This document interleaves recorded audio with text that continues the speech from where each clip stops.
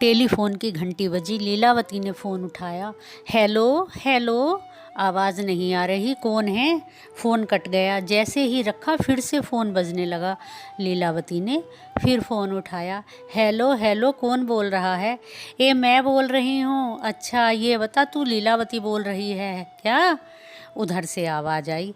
मैं ही बोल रही हूँ, तुम कौन? मैं तेरी नए गांव वाली जिज्जी बोल रही हूँ। अच्छा जिज्जी, राम राम। राम राम, जिज्जी ने भी उत्तर दिया। और जिज्जी, घर सब ठीक हैं? हाँ सब ठीक हैं।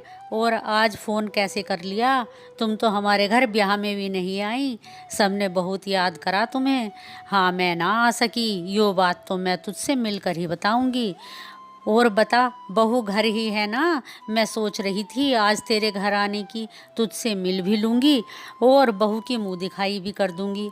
गुड्डू बोला, माँ फ़ोन करके जाना, आजकल कुछ पता ना रहता, कोई घर रहता है या कोई बाहर चला गया, इसीलिए फ़ोन करा। ठीक है जिज्जी, तुम आ जाओ, हम सब घर पर ही हैं। और फ़ोन रख दिया। अंशु, ए अंशु जी, मम्मी जी देख एक बात बताऊं? हाँ कहो मम्मी जी। बहू ने लीलावती अर्थात अपनी सास के पास आकर कहा। क्या बात है? देख, आज मेरी दूर के रिश्ते की बहन आ रही है। बे कुछ पुराने विचारों वाली महिला है, वैसे कोई खड़ूस नहीं है, बहुत अच्छी हैं। पर मेरा कहने का मतलब ये है कि अगर वे तुम्हें कोई बात बोल दें तो उनकी किसी बात पर नाराज़ मत होना। क्या मम्मी जी, आपको मैं ऐसी लगती हूँ? मैं बिल्कुल नाराज़ नहीं होंगी। ठीक है बेटा, मैं तो तुम्हें बस बता रही थी क्योंकि वे मुझसे बहुत बड़ी हैं ना, मैं चाहती हूँ कि उनके सम्मान को कोई ठेस ना लगे, लीलावती ने कहा और अपने काम में लग गई। लगभग 2-2.5 घंटे बाद घर के दरवाजे पर टक टक की आवाज़ आई। लीलावती ने गेट खोला तो गेट पर कुछ मोटी सी व सांवली सी महिला खड़ी थी।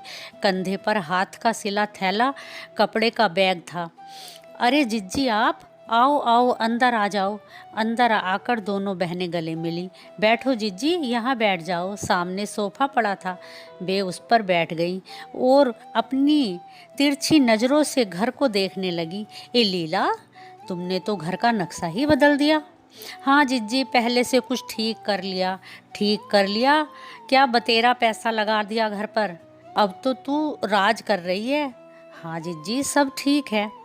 अच्छा, तू कह रही थी कि बहू यहीं है, दिखाई ना दे रही, सो रही होगी। ना ना जिज्जी, सो ना रही। इतने में ट्रे में पानी लेकर गिलास रखकर अंशु आ गई। गिलास मेज पर रखकर मौसी जी के पैर दबाए। मौसी जी ने भी ढेरों आशीर्वाद दिए। कुछ देर तक तो आशीर्वादों की झड़ी लगा दी और आशीर्वाद देते देते ही बहू का पूरा मुआयना कर लिया। कुछ देर में ही अंशु ने चाय नाश्ता लाकर मेज पर रख दिया। तब जिज्जी ने कहा, अरे बहू, तू तो साड़ी पहनना भी जानती है। हाँ, हाथों में भी भर भर कर चूड़ियाँ पहन रखी हैं और माथे पर बिंदिया तथा मांग में सिंदूर भी भरा है।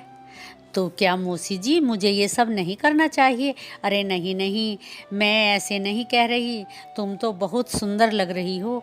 ठीक है मौसी जी, आप दोनों बहनें बातें करिए, मैं खाना तैयार करती हूँ, कहकर अंशु अंदर चली गई।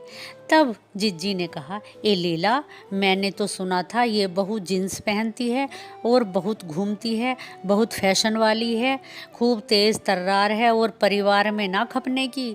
लीलावती हंसी और बोली, आपसे किसने कहा जिज्जी? अरे हमारी लाली की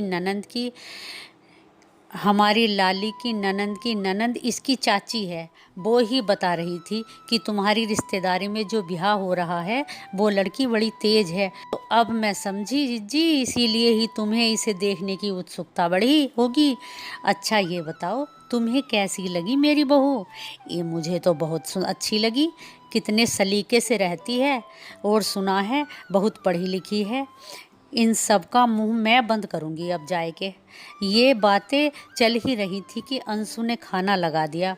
मौसी जी, मम्मी जी, खाना खा लो। अरे बड़ी जल्दी खाना तैयार कर दिया। तेरी बहू तो बहुत होशियार है लीला, नहीं तो मैं तो अपने पड़ोस में देखती हूँ, बहुओं का सिर का दर्द ही ना निकलता।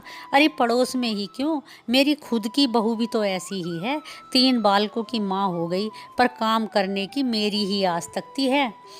खाना खाते खाते खाने की तारीफ करती जा रही थी। अंशु भी धीरे धीरे मुस्कुरा रही थी। मौसी जी ने खाने की दक्षिणा भी बहू को दी। इतनी सुंदर और होशियार बहू पाकर लीला तू तो धन्य हो गई। जिज्जी मन ही मन सोच रही थी। अच्छा लीला अब मैं जाऊंगी ना। जिज्जी कल चली जाइयो। हाँ मौसी जी 2-4 दिन मेरे पास रहो ना। बेटा आज ही मुझे जाना है। भैंस किसी को दूध ना देने की, खरसा का दूध है, मोल को भी ना मिलने का। ठीक है जिज्जी, तो मैं ना तुम्हें रोकने की ना, पर जब भैंस दूध ना दे तब आ जाइयो। हाँ आ जाऊंगी। अंशु ला विदाई की ला जिज्जी की।